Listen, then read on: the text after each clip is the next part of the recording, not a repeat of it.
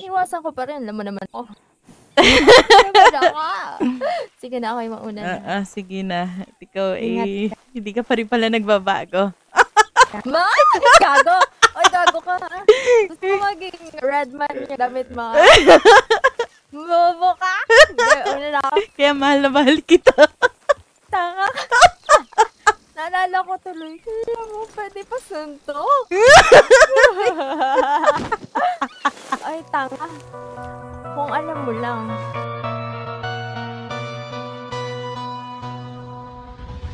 Hindi naman ako basta magbabas-bas lang ng gano'n-gano'n lang. Siyempre, may bayad yan. Pwede mo ba ako matulungan? Sabihin ko, may bayad. Pero siyempre, pagkatapos na yung sige. Baka mamaya hindi magpabasbas. Oo. Sayang eh. Negosyo din yan. Sige. Teka, magkano kaya? Magkano kaya itong... Kada bilang ng rekluta, syempre. Hindi pa pwedeng mamaya, ang bayad yan. Kaso mga walang pera yung mga rekluta niya yun eh. Ay, di dapat ang sumagot yan yung nakakataas. Magkano kaya magandang singil? Siguro mga 500? Ay! Kaso masyado mataas na, no? Masyado mataas. Kasi kung wala siyang basbas ko, baka mamatay yan, di ba? Baka, oo nga naman. Siguro mga... Hindi. Siyempre, itaas muna natin yung 500. Tapos magtatawad-tawad na lang sila. Tawad na lang. Yun, maganda. Magpapalit lang ako ng damit. Handa na lahat? Nandiyan na ba? Diyan ako, Tatang Tomas. Itong dalawa ho. Ayun. Pinipresent ako to sa inyong dalawang to na kayo bigyan nyo ng basbas at lakas para sa tatahakin ho nilang huling ito? Tawag yun. Hindi, yung dalawa ho na nakatayo doon ho. Ito? Kala ko 3. Ay, di ho, dalawa lang pa pala. 2. Gawin na natin 3. Hector, dito ka sa gitna. Uy! Ba't ako kasama yan? Sige na! Si Victor dapat Hindi. Ikaw na magpresenta sa kapatid mo. Yan. Eto na. Umpisa na natin. Magsilod ang lahat. Panginoong Bathala. Kami na parito upang basbasan ang mga ginoong ito. Sapagkat sila ay sasabak sa matinding pagsubok na kanilang haharapin ngayong araw na ito. Naway sila'y gabayan sa ilalim ng inyong kapangyarihan, Bathala. Idamay nyo na rin ang isang Ginoo na ito na walang kamuang-muang. O Panginoong Bathala, ako'y humihingi sa inyo ng gabay upang proteksyonan ang katawang lupa nitong 3 Ginoo na ito. Lupa ang kanilang pinanggalingan at lupa ang kanila ring paroroonan.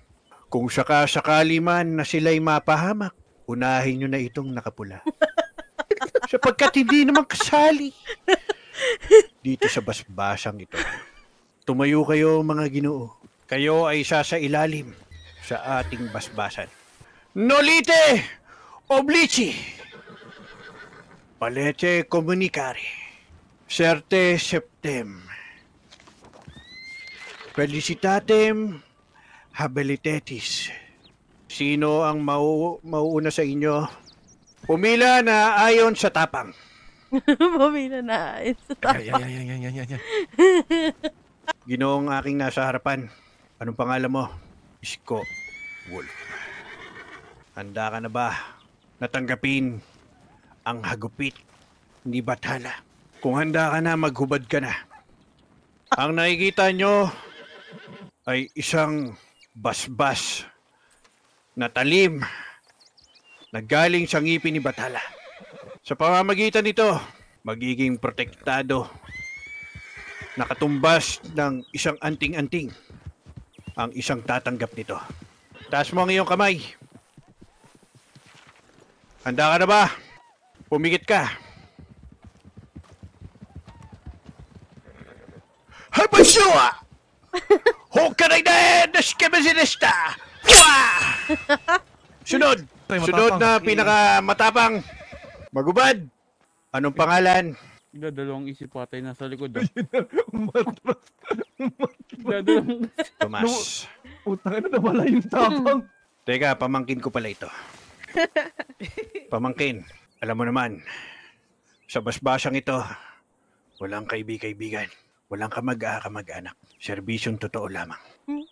Yan ka mo daw si! Ya! Wala na yung isa. Ya! Ayun, tinulak. Ya! Uy, gago. Tapang, wala. Sunod! Dali lamang. Di pwede magbasbas ang isang sugo na gutom. Sunod! Wala. Magubad! Dahan. Kung handa ka na, magubad ka na. Anong pangalan mo? Octavio Magnifico. Sa lahat ng tao dito, na ikay matapang. Handa na po ako. Handa ka nang tanggapin ang pangil ni Batala. Kung handa ka na, umaywa. Wasitirio! Mahusay. Mahusay, matapang. Tapang. Matapang yan. Sunod!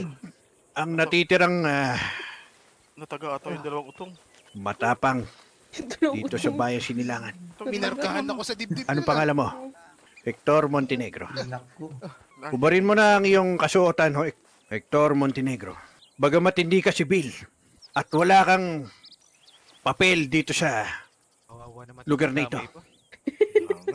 Sa makatuwid, sa ngayon ay isa ka lamang hamak na simpleng mamamayan na walang pakinabang, walang silbi, walang kakwenta-kwenta. Tutuloy ni tatang to. Putang ina, may galit. Parang ano. Pero Sinabi pang walang kwenta. sa lahat ng walang kwentang mamamayan dito, ikaw lang ang bukod tanging malakas ang loob. Mali pamangkin. May ka muna.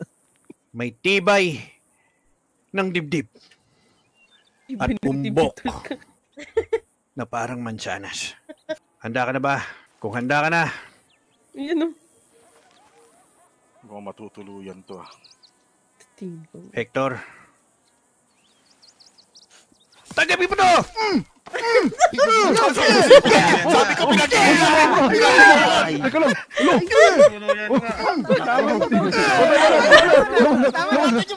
Pasensya! Sinapian na. Tama na. Pasensya! Sinapian. Pasensya! Sinapian. Ayos na ako. Pinagkap ang buong hagupit ni Bathala. Parang galit si Batala sa walang Putang ina, hindi lang pangil tinanggap doon. Putang ina, ginuya ah. Parang galit si Bathala sa manya. Palakpakan natin ng mga bagong sugo ng bayan Sinilangan. Ang mga matatapang Kawawa ka naman. Manyak ka kasi. na mga sibil Patay ka. dito sa bayan Sinilangan. Palakpakan natin si Hector, ang tumanggap ng lahat ng galit ni Bathala para mawala ang inyong mga kasalanan. Siya ang sakripisyo. Salamat, Hector. Maraming salamat, Hector. Maraming salamat ka ba? Salamat kayo. Alay namin sa'yo. Yung lahat ng gagawin namin sa araw na to. Ginawang alay. Teka, Sinta. Halika dito. Ano eh? Oh, Lolo. Yan ang susunod. Bayan. Yan din ata. Babasbasan din ata. Panahon na para gawin mo na ang iyong trabaho. Ang mga Kalimutan ng trabaho, ginoo. Sandali lamang ha. Sige ho. Magkaalis! Ay mga ginoo. Ay ibinilin sa akin ng Mang Tomas na ang pagbabasbas daw niya hindi libre. Ay, ito. Magkano ho? Ano po sukat ang bulsa? Ay naniningil. Ano po sukat ang bulsa? Ito ho. $171. May sekretary tsaka treasurera pala si Tatang. Oo naman. Maraming salamat to dito. Ngunit nagbigay ng presyo. Ano ba yun ang presyo? Magkano ba? 500 daw. Putang ina. Napakamahal naman. Oh, sige. Teka lang. Pabalik ako. Di ba ibalik na lang namin yung hagupit sa kanya?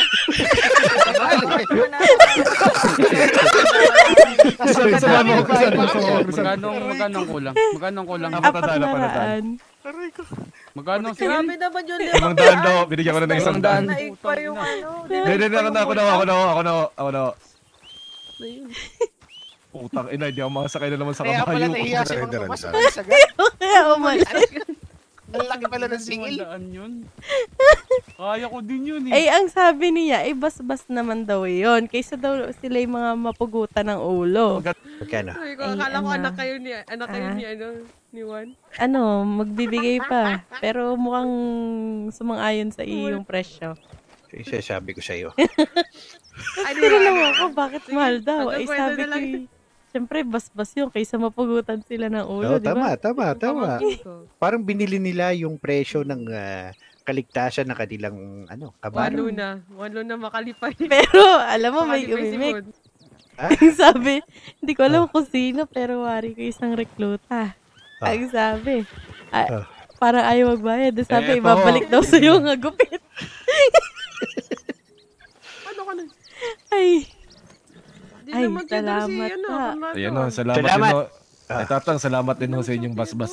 Ito yung magsisilbing sikreto. Huwag nyo ipagsasabi kahit kanino. Oo. Ito lang Nang sa ito gayon lang para may sa mga. pumasok ng Di naman sibil siya, sa inyong Di naman himpilan. siya Theodore eh. Baka mamaya kasi matakot sa umpisa pa lang.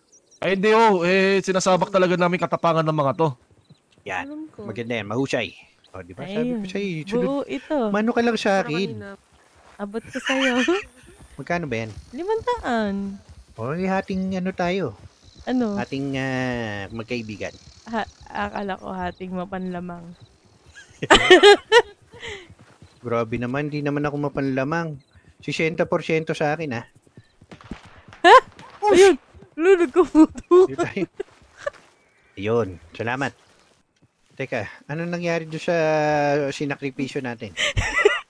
Amy nagdala na sa manggagamot. Dinala na sa manggagamot.